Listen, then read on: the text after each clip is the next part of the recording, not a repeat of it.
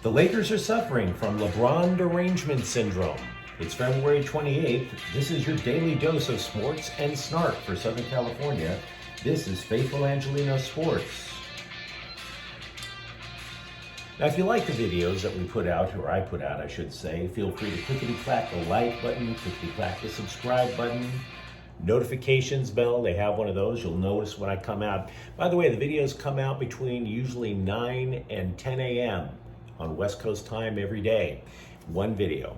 If I post two, it either means one of two things. Either the Galaxy won and I'm happily drunk, or I'm desperately pleading my wife for nudes.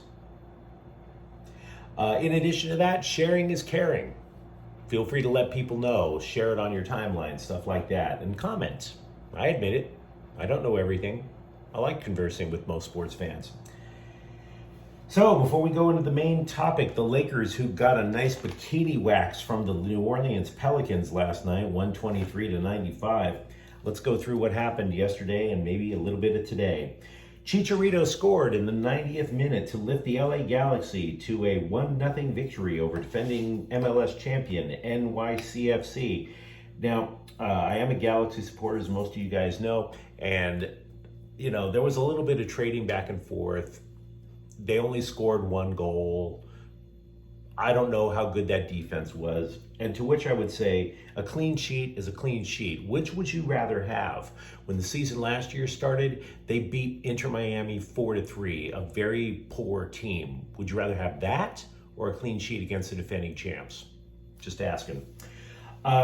Going through football news, there's a report from CBS that basically listed that the Rams need a guard, a linebacker, and a wide receiver. Wrong, yes, wrong. The Rams don't care about offensive lines. It's pretty remarkable how they get away with it. Linebacker, Von Miller, oh yes, I think he's the key to their whole offseason. Wide receiver, I'm not sold on that. You remember that they will be getting Robert Woods back next year. Now, switching over to the other football team in Los Angeles, there's been a lot of trading back and forth. A lot of Charger fans have been reaching out. Most of them have been nice. Some dude called me a clown or something for saying that when I predicted, I shouldn't say predicted, I've never predicted that, when I suggested the Chargers should do whatever they take to get Von Miller. I'm not going to name him.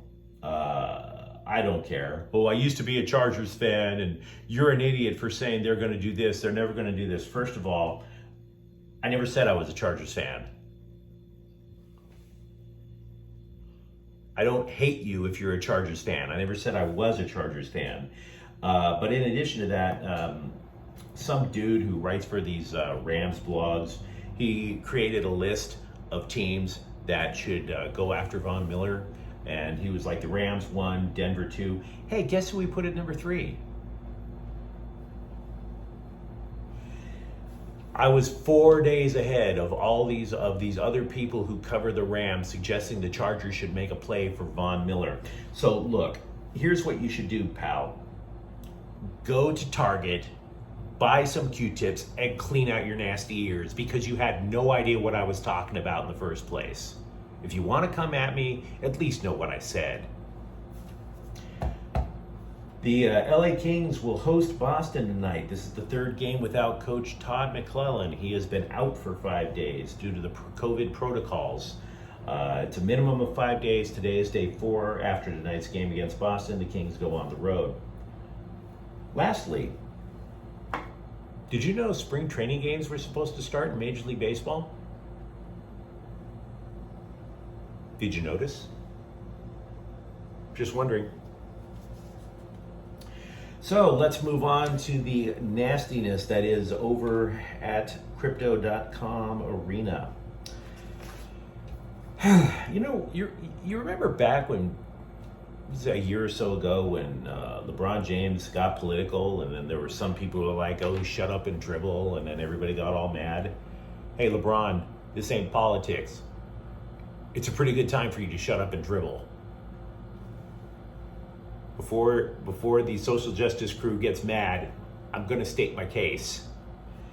He needs to shut up and dribble, because it's not about politics. It's about whether or not the Lakers are winning. I'm not going to get into the political stuff. I'm here for the sports, okay? And the Lakers let's get it a recap. They're 27 and 33. They stink. LeBron is completely ruining his legacy in Los Angeles because, with the exception of the 1 year, the championship year, he's been here for 4 years. The Lakers have stunk for 3 of them. Truth hurts. It's not fun. It's not fun to watch the Lakers.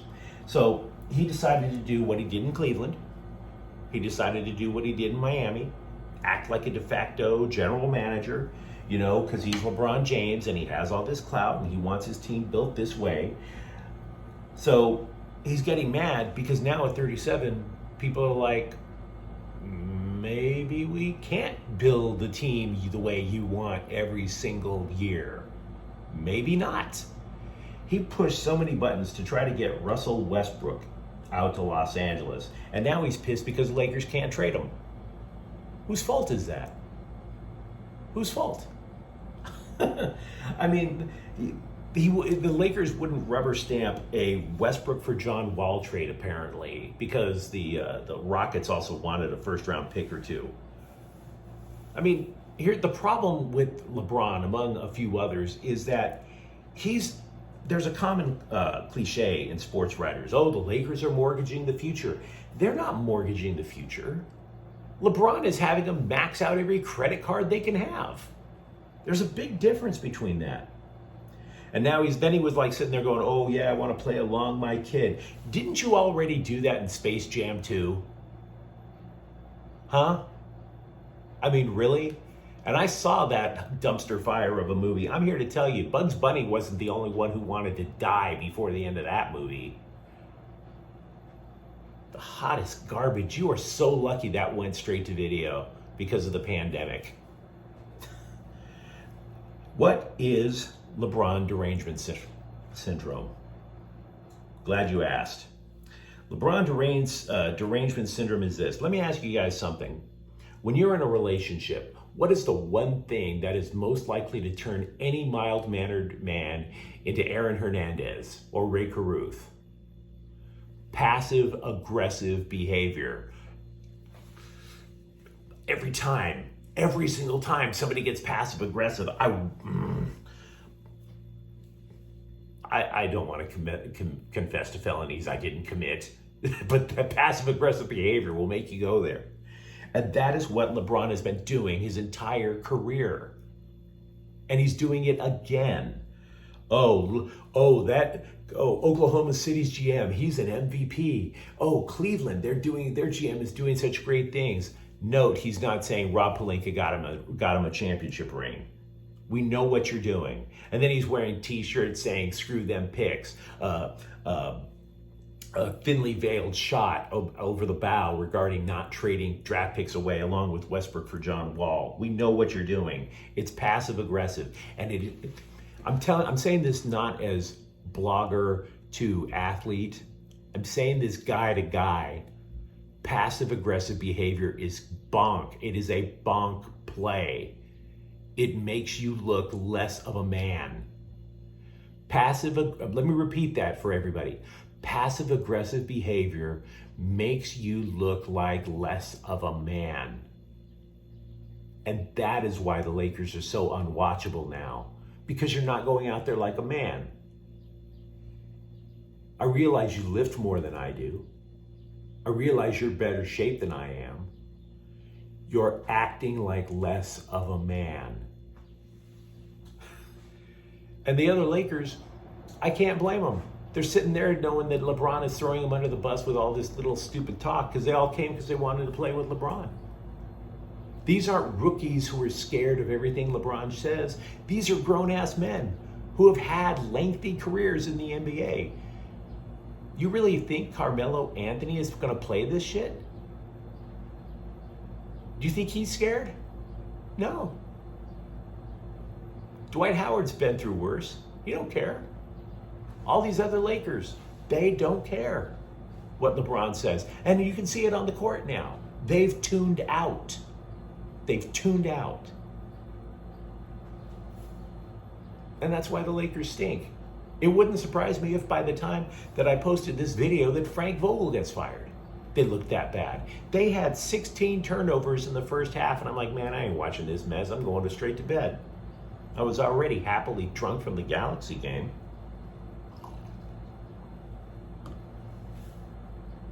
LeBron James is 37 years old, and he's acting like he didn't see a boobie on prom night. He's acting like he's going in the limo with his date after not getting anything. And then, of course, it comes out a couple of days later after this whole, look at all these great GMs. I want to retire with my son. I'll do whatever it takes to play that last year with my son. And then he comes back to Yahoo Sports and he says, I want to remain a Laker as long as I can play. Reunited and I want to ovulate. Here's the thing about the show. You know what the thing is? I've been a Laker fan for a long time. The thing about the Showtime Lakers, Pat Riley always made sure that players kept their personal crap down low, on the down low. And when you consider Magic Johnson's personal habits, that was probably for the best, right? I mean, let's not mince words. LA is for the one percenters. LeBron is a one percenter. He is not going to demand a trade to Oklahoma City. Stop it. He's not going to go there. He's not going to trade the LA lifestyle to live in Salt Lake City. It's not happening. Meanwhile, the Lakers, they've always catered to their superstars with the exception of Shaquille O'Neal. And the reason they didn't stop catering to him is because they had Kobe Bryant. The Lakers and LeBron, you guys are stuck with each other. So do us all a favor. Get in the car, drive to Venice Beach, go into Gold's Gym, and have a testosterone smoothie for a change and try and get your masculinity back, because this ain't working. That felt good. So again, if you like what you heard, like what you saw, feel free to like, feel free to subscribe, feel free to share, feel free to comment. Lakers are polarizing sometimes. This is one of those times. Until then, I'll see you guys tomorrow. I'm James. Have a great day.